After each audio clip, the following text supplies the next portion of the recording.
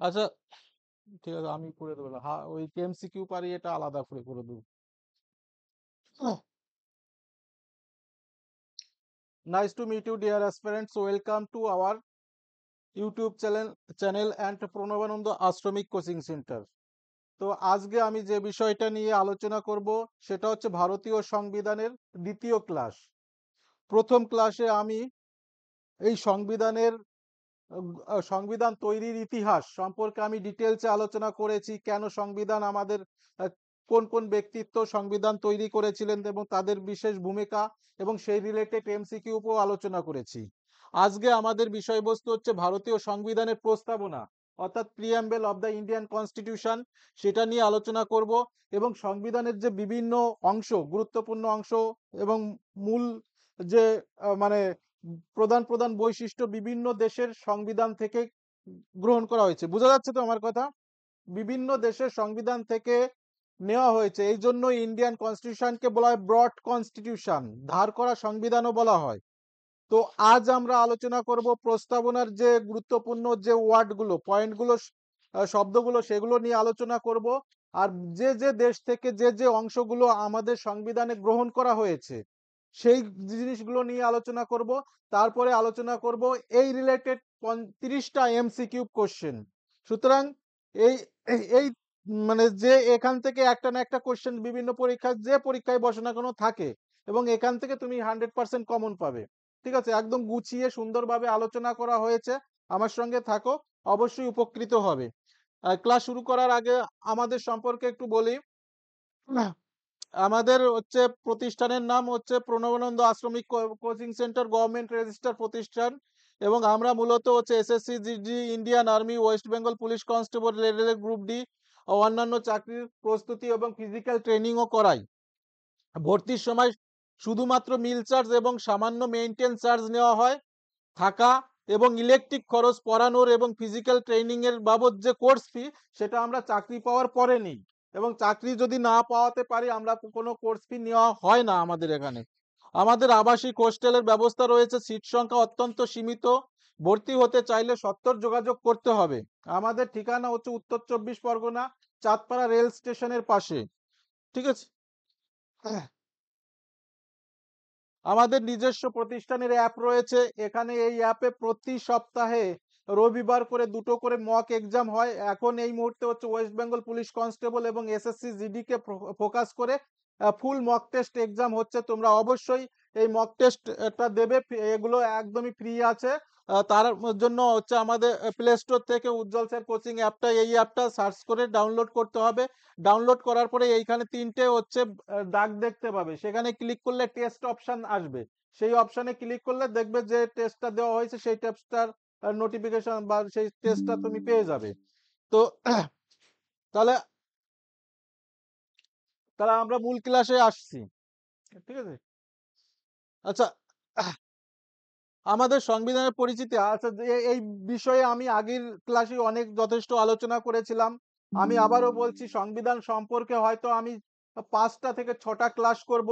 এবং এই প্রত্যেকটা ক্লাস অত্যন্ত ফ্রুটফুল, এবং প্রত্যেকটা ক্লাসের প্রত্যেকটা ওয়ার্ড তোমার মানে চাকরি পরীক্ষার অত্যন্ত গুরুত্বপূর্ণ এবং এবং কাজে লাগবে। এখানে একটা মানে অবাঞ্ছিত বা মানে আনরিলেটেড, এক্সাম রিলেটেড কথা একটাও বলা হয়নি। প্রত্যেকটা পয়েন্টই গুরুত্বপূর্ণ এবং পুরোপুরি চাকরির পরীক্ষাকে ফোকাস করে আমার এই নোটসটা বানানো। তুমি আমার সঙ্গে থাকো, ক্লাসটা দেখো, তাহলেই তুমি বুঝতে পারবে আমাদের ক্লাসের কোয়ালিটি কতটা বেস্ট এবং এখানে ডেটা বা ইনফরমেশন কত সুন্দরভাবে সাজানো হয়েছে। আচ্ছা, আমরা তো সবাই জানি আমাদের হচ্ছে যে সংবিধান, ইন্ডিয়ান কনস্টিটিউশন হচ্ছে পৃথিবীর সব থেকে বড় লিখিত সংবিধান। আমাদের মতো বড় সংবিধান পৃথিবীর অন্য কোনো দেশে নেই। এই সংবিধানটা কার্যকর কত সালে হয়েছিল? 1950 সালে 26শে জানুয়ারি কার্যকর হয়েছিল। বোঝা যাচ্ছে তো? যদি অসুবিধা হয় অবশ্যই জিজ্ঞাসা করবে। এই সংবিধানটা কারা তৈরি করেছিল? সংবিধান সভা, একটা কনস্টিটিউয়েন্ট অ্যাসেম্বলি হয়েছিল, সেটা সংবিধান সভা তৈরি করেছিল। সংবিধান সভা কি কোন পরিপ্রেক্ষিতে তৈরি হয়েছিল একটু ব্যাকগ্রাউন্ডটা বলি। 1946 সালে 9 ডিসেম্বর সংবিধান সভার প্রথম সভা অনুষ্ঠিত হয়। তার আগে বলি, তার আগে হচ্ছে ক্যাবিনেট মিশন পরিকল্পনা। ক্যাবিনেট মিশন এসছে, ভারতে এসেছিল, অর্থাৎ ইংল্যান্ডের পার্লামেন্টে আমাদের জন্য সংবিধান তৈরি করার অনুমোদন হলো। কারণ হচ্ছে ওরা বুঝে গেছে যে আমার ভারতকে আর আমরা পদদলিত করে রাখতে পারবো না। মানে ওই ইয়া পরাধীন রাখতে পারবো না, ওদের স্বাধীনতা দিতেই হবে। তার জন্য ওদের হচ্ছে ক্যাবিনেট থেকে একটা মানে বিল পাস হয়, সেটাকে ক্যাবিনেট বিল পাস হওয়ার পরে ওখান থেকে তিনজন ব্যক্তিত্ব হচ্ছে ভারতে আসেন, প্যাথিক লরেন্স, আলেকজান্ডার, আহ, আলেকজান্ডার আরেকজন হচ্ছে নামটা মনে পড়ছে না। হ্যাঁ, আচ্ছা, সে মনে পড়ছে, ঠিক আছে। তিনজন আসেন এবং তাদের নেতৃত্বে ক্যাবিনেট মিশন, এবং তখন ভারতে ভাইসরয় কে ছিলেন? Lord Mountbatten. এবং তারা হচ্ছে মানে জাতীয় কংগ্রেসকে বুঝিয়ে দেন যে আপনারা আপনাদের সংবিধান তৈরি করুন, তার জন্য একটা কনস্টিটিউয়েন্ট অ্যাসেম্বলি তৈরি করুন, একটা সভা বানান, সেটার নামই হচ্ছে সংবিধান সভা বা কনস্টিটিউয়েন্ট অ্যাসেম্বলি। বুঝা গেল তো? সেই সংবিধান সভার প্রথম যে অধিবেশন বা ফার্স্ট, ঠিক আছে, অধিবেশন বসেছিল হচ্ছে 1946 সালের 9 ডিসেম্বর, এবং সেই সভায় সভাপতিত্ব কে করেছিলেন? ডক্টর সচ্চিদানন্দ সিনহা। তিনি ছিলেন ওই সভার সব থেকে বয়স্ক ব্যক্তিত্ব, তার জন্য উনাকে সভাপতি করা হয়েছিল।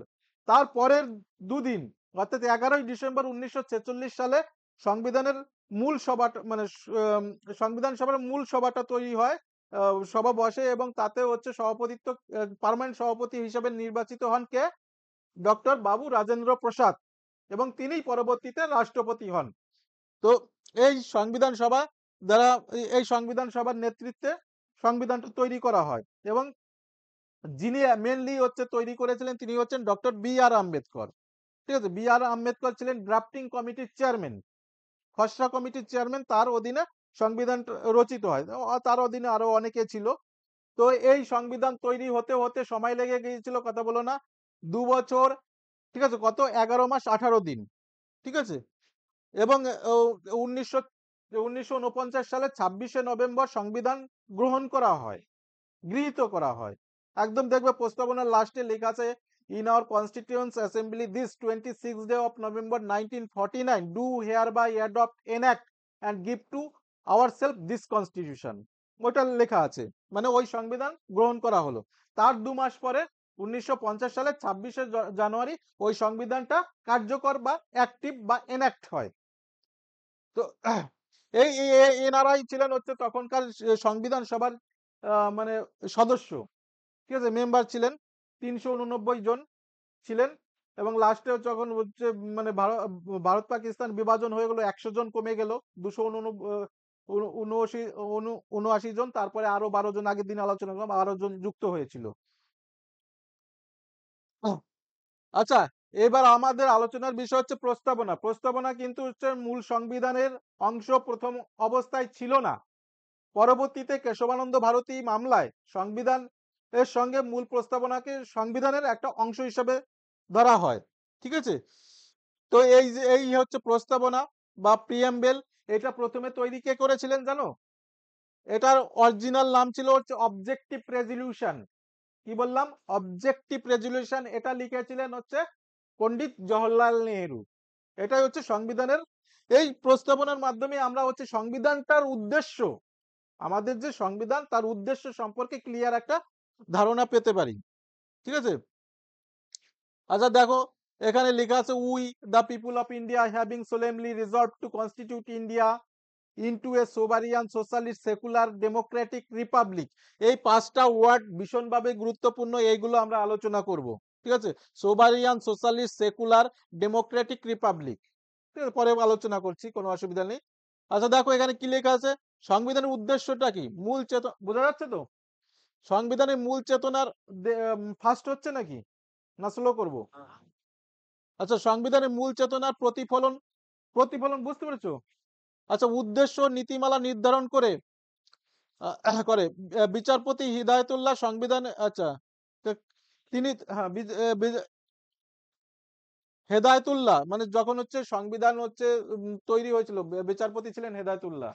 ঠিক আছে, ইনি একজন মানে ব্যক্তির নাম, ভারতের সুপ্রিম কোর্টের বিচারপতি ছিলেন। ঠিক আছে, তিনি হচ্ছে এই সংবিধানের পরিচয়পত্র বা প্রস্তাবনাটা হচ্ছে ফাইনালি লিখেছিলেন। প্রথমে লিখেছিলেন কে? পণ্ডিত জওহরলাল নেহরু, যার নাম ছিল অবজেক্টিভ রেজলিউশন। পরবর্তীতে এটা ফাইনাল কে করলেন? বিচারপতি হেদায়েতুল্লাহ। তিনি এই মানে বুঝতে পেরেছো? আচ্ছা এই যে আমাদের এই প্রস্তাবনাটা কি মানে জনগণের বা হচ্ছে ডেমোক্রেটিক এর সার্বভৌমত্বের প্রতিফলন। আমাদের যে ভারতবর্ষ যে গণতান্ত্রিক সেটাই কিন্তু এই প্রস্তাবনায় প্রতিফলিত হয়েছে। আচ্ছা, মূল সংবিধান শব্দগুলো আমরা আলোচনা করব। Sovereign, socialist, secular, democratic and republic. ঠিক আছে? আচ্ছা দেখো, বোঝার চেষ্টা করো। সোভারিয়ান এর কথা হচ্ছে সার্বভৌম। অর্থটা বোঝার চেষ্টা করো। এর প্রত্যেকটা মানে অন্তর্নিহিত মিনিং আছে। সোভারিয়ান কথাটার অর্থ হচ্ছে, দেখো কথা বলো না। সোভারিয়ান কথাটার বা সার্বভৌম কথাটার অর্থ হচ্ছে ভারত সার্বভৌম রাষ্ট্র। সার্বভৌম রাষ্ট্র মানে অর্থ হচ্ছে কি, ভারত তার নিজের সিদ্ধান্ত নিজে নিতে পারবে। সেটা ফরেন পলিসি হোক বা হচ্ছে অন্তর্নিহিত কোনো সমস্যা হোক। সাপোজ যদি হচ্ছে পাকিস্তানের সঙ্গে যুদ্ধ ঘোষণা করবে, ভারত হচ্ছে আমেরিকার কথার উপর নির্ভর করে যুদ্ধ ঘোষণা বা বন্ধ করতে পারবে না। ভারতের নিজের সিদ্ধান্ত নেওয়ার ক্ষমতা নিজের আছে। এটাই হচ্ছে সোভারিয়ান। বুঝা গেল? সার্বভৌম মানে সব বিষয়ে ভারত নিজের ক্ষমতার মানে সমস্ত সিদ্ধান্ত নেওয়ার অধিকারী। এটা হচ্ছে সার্বভৌম।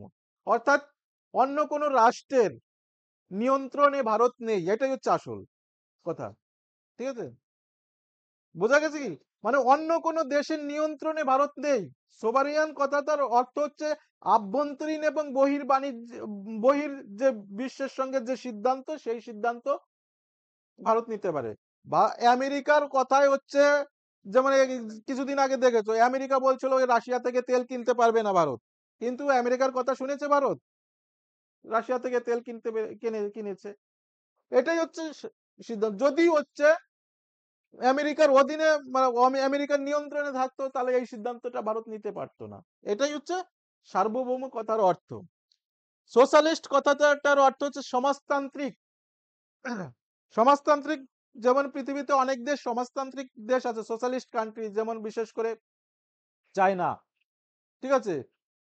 তারপরে কিউবা। এইসব দেশ হচ্ছে সমাজতান্ত্রিক। সমাজতান্ত্রিক কথাটার মূল, সমাজতন্ত্রের হচ্ছে প্রবর্তক কে বলতো? হ্যাঁ, very good. Karl Marx, Lenin, এই যে সিপিএম বা ইয়ে, হ্যাঁ, রাশিয়া থেকে সমাজতন্ত্র।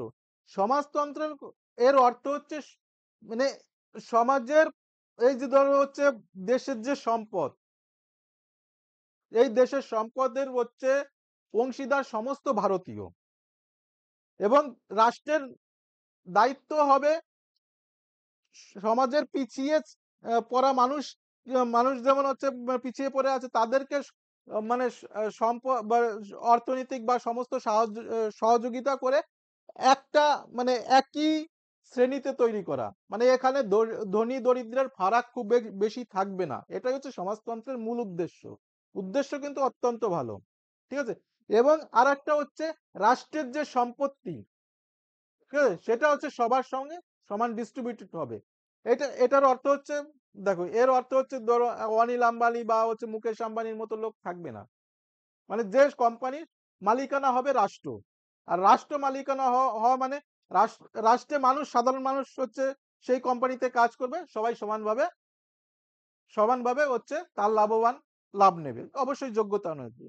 এটাই হচ্ছে সমাজতন্ত্রের আদর্শ। বোঝা গেল কি? আমি এক কথায় বুঝতে পারলাম।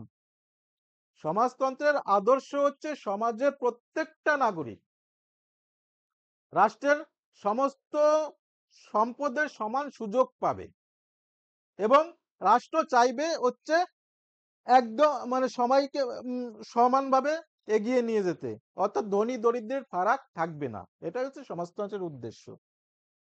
সেকুলার, ঠিক আছে, সেকুলার কথাটা হচ্ছে, হ্যাঁ, ধর্মনিরপেক্ষ। মূল সংবিধান যখন সংবিধান রচিত হয় এই সময় ছিল না। এইটা 1975 সালে, ঠিক আছে, 1975 সালে, হ্যাঁ 76 হচ্ছে 42তম সংশোধন হয়।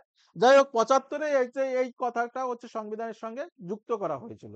মানে 42তম সংবিধান সংশোধনে আমি দেখেছি 75 তো, অ্যাকচুয়ালি 42তম কনস্টিটিউশন অ্যামেন্ডমেন্ট ওটা কত সালে হয়েছিল? 1976 সালে। মনে রাখবে কি করে? 6 এর সঙ্গে 7 গুণ করলে কত হয়? 42, 6 7 42, তাহলে 76। এইভাবে মনে রাখতে পারবে। যে এইটা এই যে 42 তম সংবিধান সংশোধনীকে বলা হয় মিনি কনস্টিটিউশন। জানো তো? মানে সংবিধানের ইন্দিরা গান্ধীর আমলে এটা হয়েছিল। সংবিধানকে আমূল পরিবর্তন করে দিয়েছিলেন। এজন্য এটাকে বলা হয় মিনি কনস্টিটিউশন। 1976 সালের 42 তম সংবিধান সংশোধনীকে। ঠিক আছে? ডেমোক্রেটিক ডেমোক্রেটিকের একটা আদর্শ ডেফিনিশন আছে কার? আব্রাহাম লিঙ্কনের। ঠিক আছে? রাষ্ট্র কেমন হবে? By the people, for the people, of the people. ঠিক আছে? এটাই হচ্ছে গণতান্ত্রিক রাষ্ট্রের আদর্শ। মানে রাষ্ট্র কার হবে? বাই দ্য পিপুল, জনগণের দ্বারা। জনগণের দ্বারা, জনগণের জন্য। ডেমোক্রেটিক কথাটা অর্থ বুঝতে পারলে? হ্যাঁ। আচ্ছা, রিপাবলিক কথাটার অর্থ হচ্ছে আমাদের যে রাষ্ট্র, এই রাষ্ট্রের যিনি হচ্ছে প্রধান হবেন, রাষ্ট্রপতি হবেন, এটা মানে কি বলবো, বংশ পরম্পরায় হবে না, প্রজাদের মধ্যে প্রজাতান্ত্রিক। রিপাবলিক মানে প্রজাতান্ত্রিক, তো মানে প্রজারাই হচ্ছে এই রাষ্ট্রের পিতা, প্রধান হবে। বুঝতে পেরেছো? সুতরাং আজকে এখন যে ভারতের রাষ্ট্রপতি যিনি আছেন, কি দ্রৌপদী মুর্মু, ঠিক আছে, তিনি হচ্ছে একজন সাধারণ জনগণ। ঠিক আছে? সুতরাং যে কোনো ব্যক্তি রাষ্ট্রপতি হওয়ার যোগ্য। এর অর্থই হচ্ছে ভারতীয় যে কোনো নাগরিকই ভারতের রাষ্ট্রপতি হওয়ার যোগ্যতা রাখে। এখানে এডুকেশনাল কোয়ালিফিকেশনের কোনো দরকার নেই। শুধুমাত্র 35 বছর বয়স হতে হবে, মিনিমাম বয়স। এবং তার ক্ষেত্রে অবশ্যই মানে অবশ্যই মানসিক ভারসাম্য এরকম ব্যক্তিত্ব তো দেওয়া যাবে না। মানে সুস্থ স্বাভাবিক ব্যক্তি ভারতের রাষ্ট্রপতি হওয়ার যোগ্য। তাহলে রিপাবলিক আর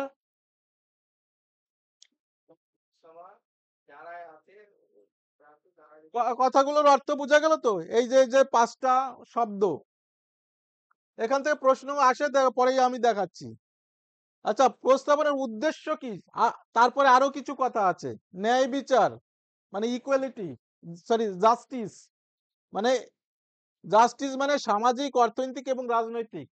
ঠিক আছে? এই দেখো, এই যে প্রস্তাবনাটা, ও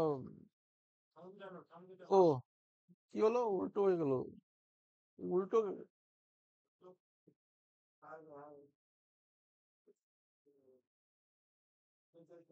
এই দেখো, এই যে বড় বড় মানে সরি হাইলাইট করে যে শব্দগুলো আছে এগুলোই আমি ব্যাখ্যা করছি।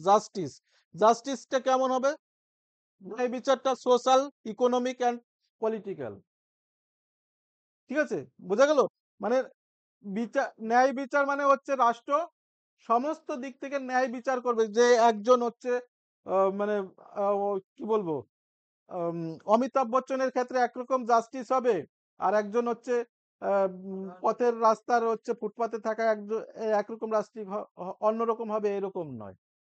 ঠিক আছে? আচ্ছা, এইগুলোই আমি ব্যাখ্যা করছি, থাক, পরেই আসছি। আচ্ছা, স্বাধীনতা। স্বাধীনতা কেমন স্বাধীনতা? মানে পুরোপুরি প্রস্তাবনাটা কি, পুরোপুরি সংবিধানের একটা আয়না, মানে সূচিপত্র মনে করো। আমাদের সংবিধান এইগুলোই হচ্ছে পরবর্তীতে আলাদা আলাদা আর্টিকেল অনুযায়ী আছে। ঠিক আছে? স্বাধীনতা কেমন? চিন্তার স্বাধীনতা থাকবে, বাক স্বাধীনতা, কথা বলার স্বাধীনতা থাকবে, যে যার ধর্মীয় বিশ্বাস, যে বিশ্বাস যেটা করে তার স্বাধীনতা অবশ্যই থাকবে। উপাসনা, যে ধর্মের সেই ধর্মের উপাসনা করবে। সাম্য মানে ইকুয়ালিটি, সমান সুযোগ, রাষ্ট্রের ক্ষেত্রে সমস্ত চাকরি থেকে শুরু করে সমস্ত ক্ষেত্রে সবাই সমান সুযোগ পাবে, এটা হচ্ছে সাম্য। ঠিক আছে? ইকুয়ালিটি।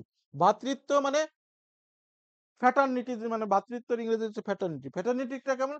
মানে কোনো হচ্ছে জাতিতে জাতিতে কোনো ভেদাভেদ থাকবে না।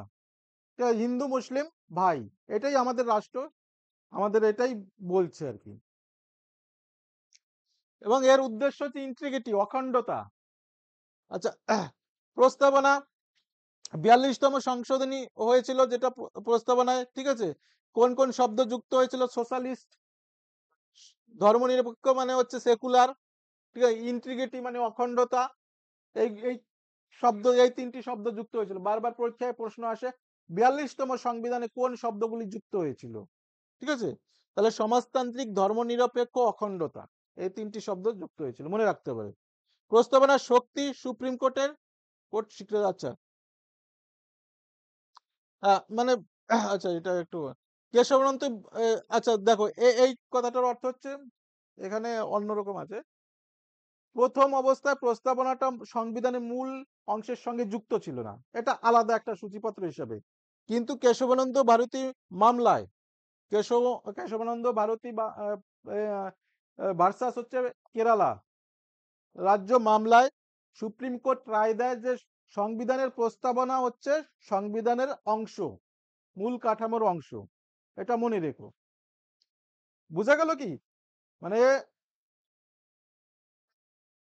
প্রস্তাবনা ৩২ থেকে ৫১ প্রস্তাবনা তো ওই প্রিঅ্যাম্বল একদম ১ম এ যেটা আছে ওটাই। ৩৫ থেকে ৫১ হচ্ছে directive principal of state policy. ওটার কথা বলছি না। যে সংবিধানের যে we we the people of India, ঠিক আছে? Having solemnly resolved to constitute India into a sovereign socialist secular, এই যে ওই যে পেজটা, ওইটা সম্পর্কে মামলা হয়েছিল। সেই মামলা হচ্ছে কেশবানন্দ ভারতী ইন্টু ভার্সাস হচ্ছে পাঞ্জাব রাজ্য, সরি কেরালার মামলা। সেই মামলায় হচ্ছে সুপ্রিম কোর্ট রায় দিয়েছিল প্রস্তাবনা হচ্ছে সংবিধানের অংশ।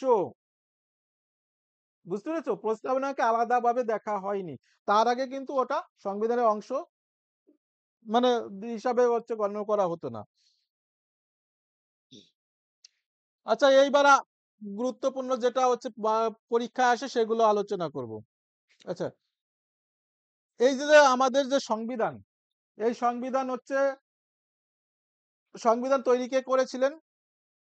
Doctor B R. আম্বেদকর। তিনি ছিলেন তৎকালীন সময়ে বিশ্বের সর্বজ্ঞ একজন আইনজ্ঞ। মানে সারা বিশ্বের যে আইনজ্ঞদের মধ্যে উনি ১ম শ্রেণীর ছিলেন। উনি ইংল্যান্ডে, কেমব্রিজে পড়াশোনা করতেন, ঠিক করেছেন। সুতরাং পৃথিবীর বড় বড় দেশের সংবিধান উনার ছিল কণ্ঠস্থ মুখস্থ। বুঝতে পেরেছো? সুতরাং উনাকে যখন সংবিধান রচনার দায়িত্ব দেওয়া হয়, আমাদের দেশের উপযুক্ত করে পৃথিবীর যে সংবিধানের যে ভালো ভালো বৈশিষ্ট্য, সেই বৈশিষ্ট্যগুলোকে আমাদের বিধানের সঙ্গে ইনক্লুড করা হয়েছিল। কোনো একটা দেশ থেকে পুরোপুরি কপি করা হয়নি, কিন্তু আমরা বিভিন্ন দেশ থেকে যে অংশগুলো আমাদের সংবিধানে নিয়েছি, বুঝতে পেরেছো? সেইগুলোই হচ্ছে মানে ভালো ভালো বৈশিষ্ট্যগুলো নিয়েছি, সেগুলোই আমরা এখন আলোচনা করব। বিশেষ করে যুক্তরাষ্ট্র, যুক্তরাষ্ট্র মানে আমেরিকা, ব্রিটেন মানে ইউকে, যুক্তরাজ্য, আয়ারল্যান্ড, জার্মানি, কানাডা, বিভিন্ন দেশ থেকে সেইগুলো আমরা পুরো আলোচনা করছি। এই যে বিভিন্ন দেশ থেকে যেহেতু ধার করা হয়েছে, নেওয়া হয়েছে, এই জন্য ব্রড কনস্টিটিউশন বলা হয়। ব্রড মানে ধার করা। ভারতীয় সংবিধানকে বলা হয় ধার করা সংবিধান। বোঝা যাচ্ছে তো? তাদের শুনতে খারাপ লাগার জন্য না, আমরা তো সবাই কপি করি। তুমি ভাবছো যে মানে দেখবে এই আমেরিকায় কোনো একটা হচ্ছে স্যাটেলাইট তৈরি হয়ে গেছে, বা আমেরিকায় কোনো এই ভালো একটা মোবাইল তৈরি হয়েছে, মানে অ্যাপেলের, স্যামসাং কি করছে, ওই মোবাইলটাকে এনে খুলে ফেলছে, খুলে ফেলে ওর রেপ্লিকা তৈরি করে ফেলছে। বুঝতে পারছো? মানে একদম সিস্টেম হচ্ছে কিভাবে চলছে, পুরো হচ্ছে কপি করে নতুন করে আবার ওই ওই মডেলের তৈরি করে দিচ্ছে, মানে ওই লেভেলের তৈরি করে দিচ্ছে। শুনতে খারাপ লাগার সঙ্গে ওই ব্যাপারটা ওই নয়। এই দেখো, কমন ফিচার, এই মৌলিক অধিকার, একটা মানুষের জন্ম মানে বাঁচার অধিকার, খাদ্য, বস্ত্র, বাসস্থান, এটা পৃথিবীর যে কোনো দেশেরই তো সবারই অধিকার। সুতরাং সেইটা আমরা যখন নিয়ে আসছি, এটা আমরা কোন দেশ থেকে কোন দেশের অনুপ্রেরণায়? আমেরিকার অনুপ্রেরণায়। এটাকে হচ্ছে মানে খুব যে খারাপ কিছু, এরকম কিছু নয়। যেমন ব্রিটিশ সংবিধান থেকে কোন দেখো, এই ইনফরমেশন গুলো তুমি আলাদা আলাদা ভাবে হচ্ছে এক এক জায়গা থেকে এক এক রকম পড়েছো। কোথাও থেকে পড়েছো ব্রিটিশ সংবিধান থেকে সংসদীয় সরকার, পার্লামেন্টারি ব্যবস্থা, এটুকুই পড়েছো। কিন্তু পুরো ব্রিটিশ সংবিধান থেকে পুরো আমরা কি কি নিয়েছি, তার পুরো অংশটা। মানে সংসদীয় পার্লামেন্টারি, ঠিক আছে, সিস্টেম, লোকসভা রাজ্যসভা, এই সিস্টেমটা নিয়েছি। আইন তৈরির প্রক্রিয়াটা, এক নাগরিকত্ব, ক্যাবিনেট সিস্টেম, এই যে চারটে জিনিস আমরা কোন সংবিধান থেকে নিয়েছি? ইউকে থেকে। তাহলে এই চারটে তুমি যদি একভাবে ভালো একবারে ভালোভাবে মুখস্থ করো, তাহলে অন্য কোথাও থেকে তোমার আলাদা করে, আমি কি বলতে চাচ্ছি বুঝতে পারছো কি? ধরো অন্য একটা জায়গায় তুমি একটা কোশ্চেন করছো যে ব্রিটিশ সংবিধান থেকে কোনটা নেওয়া হয়েছে, সেখানে শুধু এই একটা অপশন, বা তুমি এইটা জানো না, এই তিনটে জানো না, তাহলে এখানে কি কি নেওয়া হয়েছে টোটালটা আছে ব্রিটিশ সংবিধান থেকে। কি কি? সংসদীয় সরকার ব্যবস্থা, ঠিক আছে, পার্লামেন্টারি সিস্টেম, আইন তৈরির প্রক্রিয়া, এক এক নাগরিকত্ব। দেখো আমেরিকায় কিন্তু দ্বিনাগরিকত্ব, আমেরিকায় হচ্ছে 50টা রাজ্য আছে, আমাদের যেমন 28টা রাজ্য, আমেরিকায় 50টা রাজ্য আছে। একটা ব্যক্তি রাজ্যের নাগরিক প্লাস দেশের নাগরিক, পুরো আমেরিকার নাগরিক। কিন্তু আমাদের কিন্তু এক নাগরিকত্ব, তুমি ওয়েস্ট বেঙ্গলের সিটিজেন মানে হচ্ছে সারা ভারতের সিটিজেন। তাহলে এইটা এক নাগরিকত্ব কোথা থেকে? ইউকে থেকে নিয়েছি। ইউকে মানে ইউনাইটেড কিংডম। একটা ক্যাবিনেট সিস্টেম, ঠিক আছে, মানে এই যে মন্ত্রী পরিষদ, এই ব্যবস্থাটাও ইউকে থেকে নেওয়া।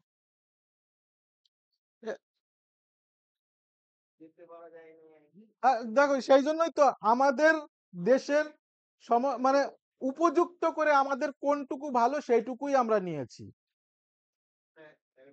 ধরো দ্বিনাগরিকত্ব হলে কি হবে?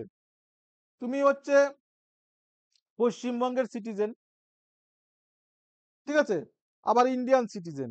এবার তুমি অন্য রাজ্যে যখনই যাচ্ছ, তুমি যদি ওই রাজ্যের জায়গা কেনো, অনেক রকম বাধা বিঘ্ন তৈরি হবে।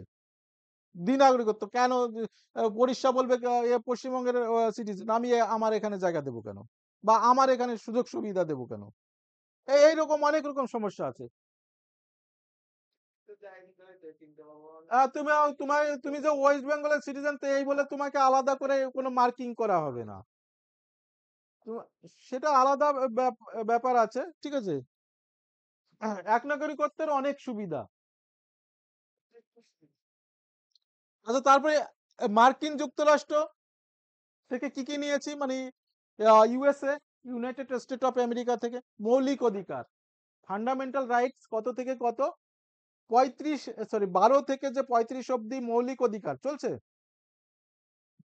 12 থেকে আমাদের সংবিধানে 12 নাম্বার আর্টিকেল থেকে 35 নাম্বার আর্টিকেল পর্যন্ত যে মৌলিক অধিকার, সেইগুলো আমরা নিয়েছি কোথাকার সংবিধান থেকে? ইউএসএ সংবিধান থেকে। আচ্ছা, সংবিধানের পরিচয়টা ব্যাপারটা আমার বলা হয়নি। সংবিধান হচ্ছে একটা বই, একটু এটা বই, যে বইয়ের নির্দেশ অনুযায়ী ভারতবর্ষ চলছে। মানে যে সমস্ত আইনের উৎস কিন্তু সংবিধান। আলাদা কিন্তু আইপিসি, ইন্ডিয়ান পিনাল কোড আছে, কিন্তু সমস্ত আইন তৈরির কিন্তু মূল হচ্ছে সংবিধান, ইন্ডিয়ান কনস্টিটিউশন। বুঝতে পেরেছো? তার কতগুলো আর্টিকেল আছে? মূল সংবিধানে ছিল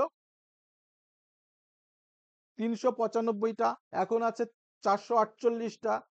কতগুলো শিডিউল আছে? 12টা শিডিউল বা তপশিল আছে। আর কতগুলো পার্ট আছে? 8টি ছিল, বর্তমানে 12টি আছে। আর কতগুলো পার্ট আছে?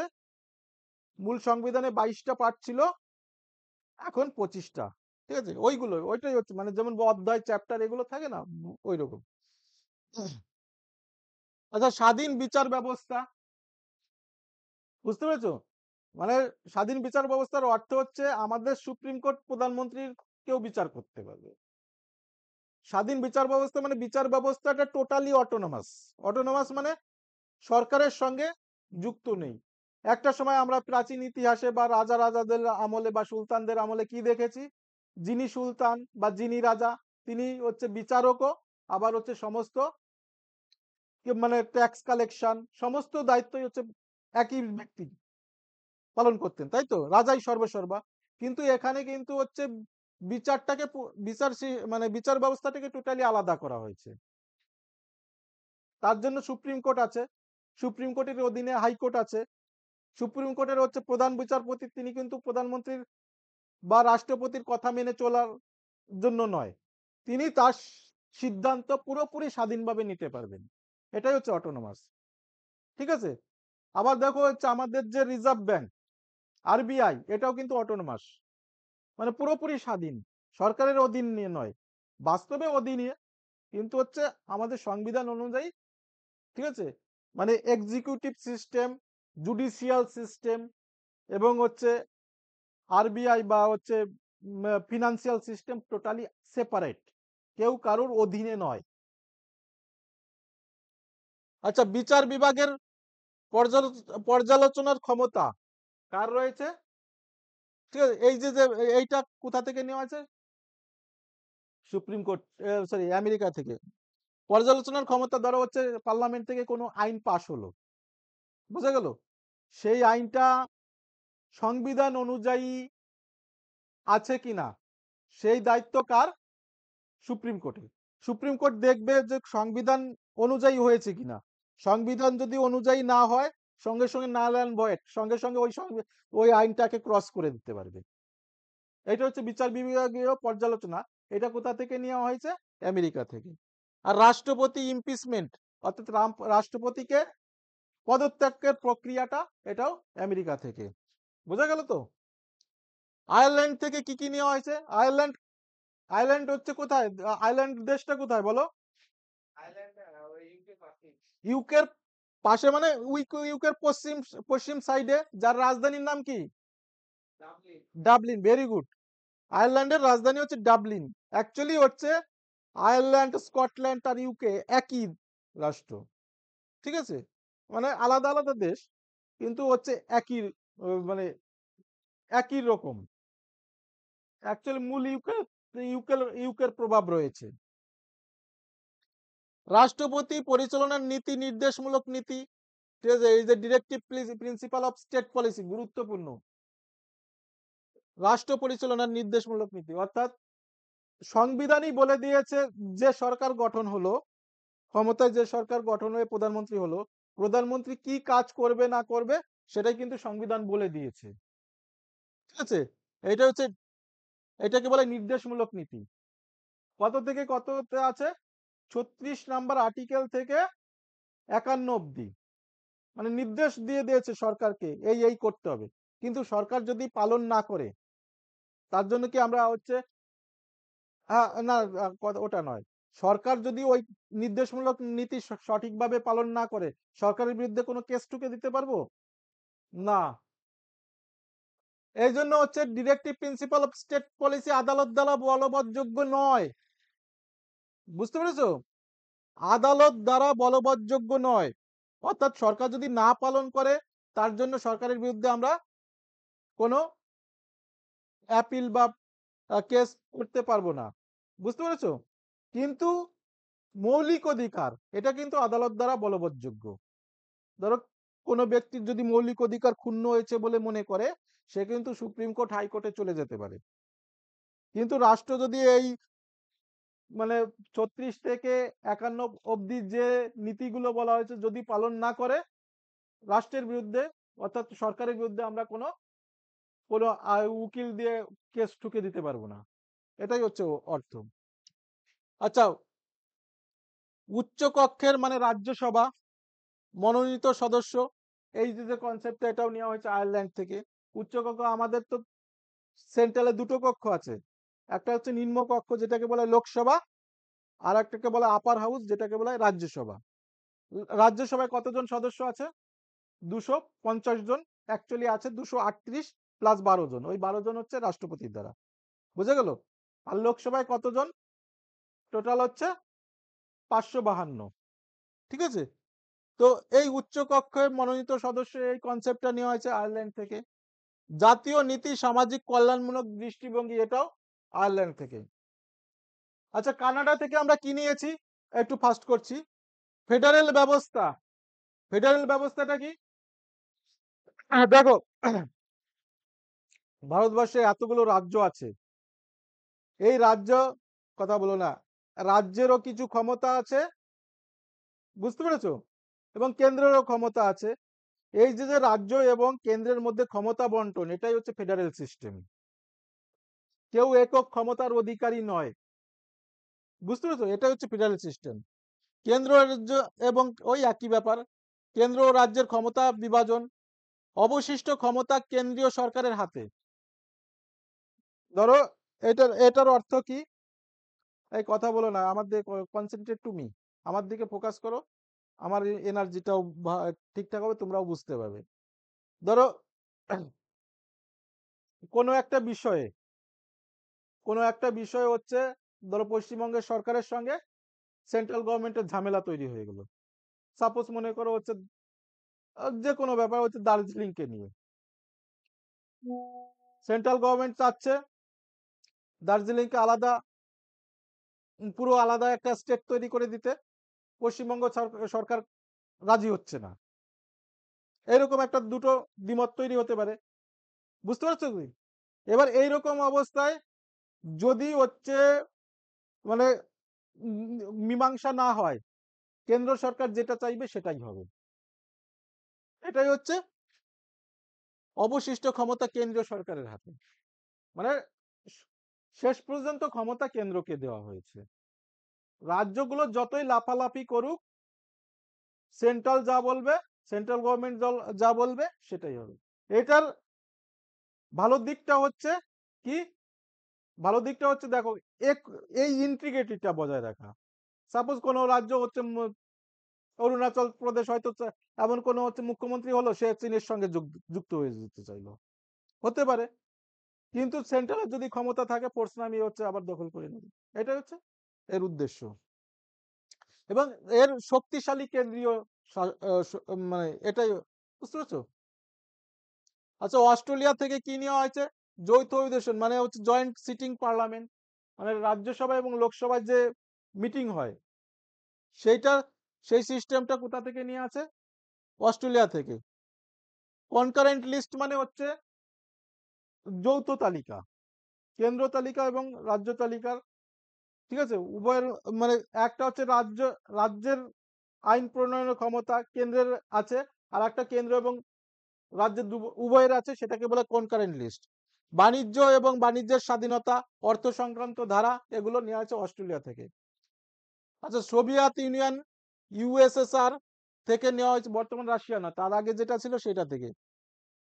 আচ্ছা, মৌলিক কর্তব্য, ফান্ডামেন্টাল ডিউটিস, সংবিধানে কত নম্বর আর্টিকেলে আছে? এই চন্দন বলো। মৌলিক কর্তব্য, ফান্ডামেন্টাল ডিউটিস, সংবিধানের কত নম্বর ধারাতে আছে? করকম মৌলিক কর্তব্যের কথা বলা হয়েছে? ওটা তো মৌলিক অধিকার। মৌলিক কর্তব্য মানে ফান্ডামেন্টাল ডিউটিস, এগুলো তো ক্লিয়ার বা মনে রাখতে হবে। 51 এতে আছে, ঠিক আছে? 10 রকমের ছিল, পরবর্তীতে একটা যুক্ত করা হয়েছে, টোটাল মৌলিক কর্তব্য হচ্ছে 11টা। আচ্ছা, পঞ্চবার্ষিকী পরিকল্পনা বারবার আসে, রাশিয়া থেকে নেওয়া হয়েছে। সমাজতান্ত্রিক ধারণা, রাশিয়া থেকে। সংবিধান সংশোধনের বিশেষ গুরুত্ব, এটাও রাশিয়া থেকে। আচ্ছা, ফ্রান্স থেকে আমরা কি কি নিয়েছি? স্বাধীনতা, লিবার্টি, সাম্য মানে ইকুয়ালিটি, ভ্রাতৃত্ব ফ্র্যাটার্নিটি, সংবিধানের প্রস্তাবনার যে 3টে ওয়ার্ড আছে, এটা কোথা থেকে নেওয়া হয়েছে? ফ্রান্সের সংবিধান থেকে। আর প্রজাতন্ত্রের ধারণা, এই রিপাবলিক, এটাও নেওয়া হয়েছে ফ্রান্স থেকে।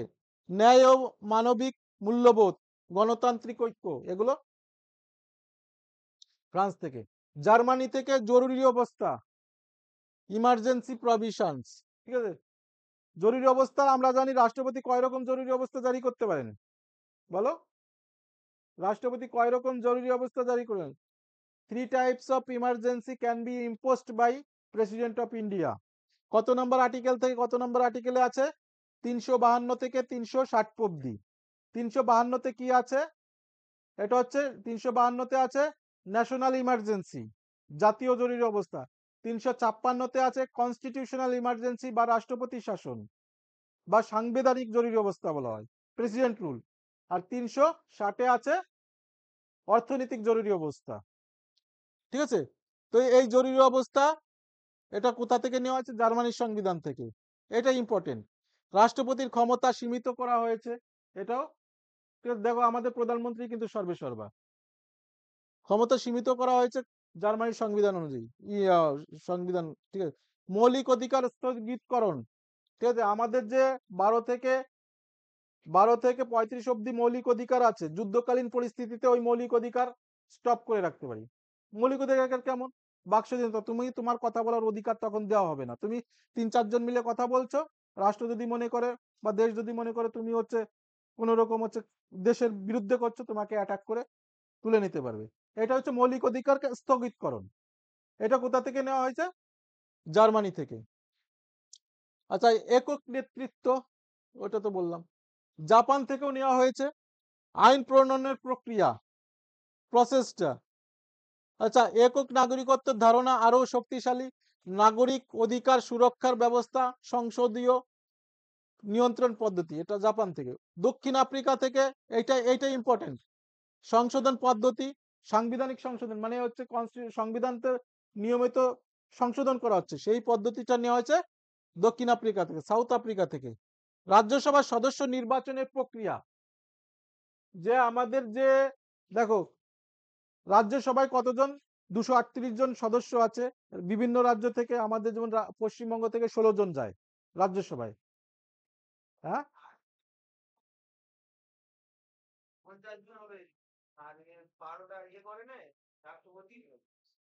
রাষ্ট্রপতি হচ্ছে 12 জন, আর 238 মানে ওই 12 জন প্রায় 250।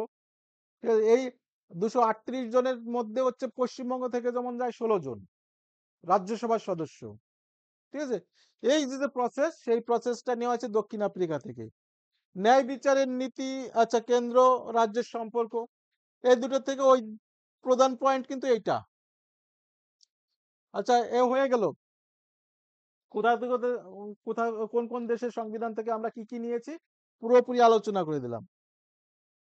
আচ্ছা, সংবিধান বলছে বিশ্বের দীর্ঘতম লিখিত সংবিধান, এটা তো ক্লিয়ার। একক নাগরিকত্ব রয়েছে সংবিধানে, স্বাধীন বিচার ব্যবস্থা, প্রস্তাবনার মূল্যবোধ, আচ্ছা ওটা হলো। আচ্ছা, পরীক্ষার জন্য এখান থেকে কি কি আসে? প্রস্তাবনার মূল শব্দ মনে রাখতে হবে কি কি আছে।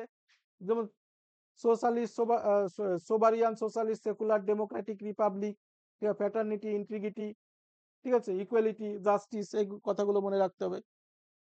42তম সংবিধান, 42তম সংশোধনী অত্যন্ত গুরুত্বপূর্ণ, কেশবানন্দ ভারতী মামলা বারবার আসে পরীক্ষায়। আচ্ছা, এবার আমি স্টপ করে দিই, এমসিকিউটা পার্টটা আলাদা করছি, এখানে রেকর্ডটা আলাদা করছি।